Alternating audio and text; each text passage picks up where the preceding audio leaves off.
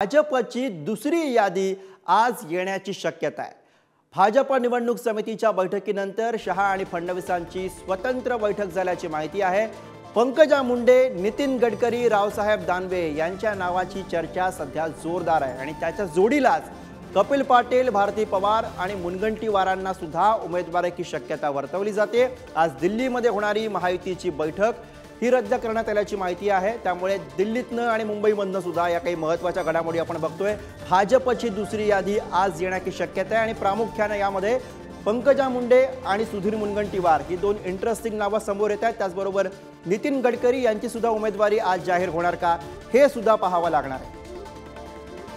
आणि याविषयी अधिक बोलण्यासाठी ओम देशमुख आपले प्रतिनिधी सध्या आपल्या सोबत आहेत। ओम, भाजपच्या दुसऱ्या यादीची सध्या प्रतीक्षा आहे। आज दुसरी यादी येण्याबद्दलची किती शक्यता आहे आणि यामध्ये दोन इंटरेस्टिंग नाव आहेत, एक म्हणजे पंकजा मुंडेंचं नाव आणि दुसरं सुधीर मुनगंटीवारांचं नाव।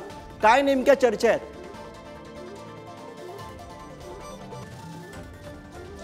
गुरु, आपण पाहिलं असेल की काल रात्री भाजपच्या दिल्लीतल्या पक्षाच्या मुख्यालयामध्ये एक महत्त्वाची बैठक पार पडली। महाराष्ट्र प्रदेश भाजपचे महत्त्वाचे नेते आणि पंतप्रधान नरेंद्र मोदी यांच्यासह दिल्लीतील वरिष्ठ नेते या बैठकीला हजर होते। या संयुक्त बैठकीमध्ये राज्यातल्या साधारणपणे 25 जागांवरती चर्चा झाल्याचं समजतंय।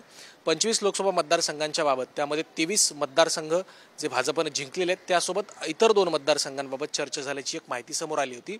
यात प्रामुख्याने जसा तू उल्लेख केलास, पंकजा मुंडे आणि सुधीर मुनगंटीवार यांची नावं आता प्रामुख्याने समोर आली आहेत, ज्यांना लोकसभेची उमेदवारी मिळणार हे आता जवळपास निश्चित समजलं जात आहे। नितीन गडकरी असतील, रावसाहेब दानवे असतील, त्यासोबत संजय काका पाटील असतील, साधारणपणे 8 ते 10 नावांना जवळपास राज्य भाजपच्या वतीनं वर सांगण्यात आले की ही नावं आपण घेण्यात यावी। मात्र या संदर्भामध्ये अद्याप अधिकृत कुठलीही घोषणा करण्यात आलेली नाही। जो दुसऱ्या यादीचा प्रश्न आहे तो आज महत्त्वाचा प्रश्न म्हणजे आज भाजपच्या केंद्रीय निवडणूक समितीची बैठक सुद्धा होणार आहे।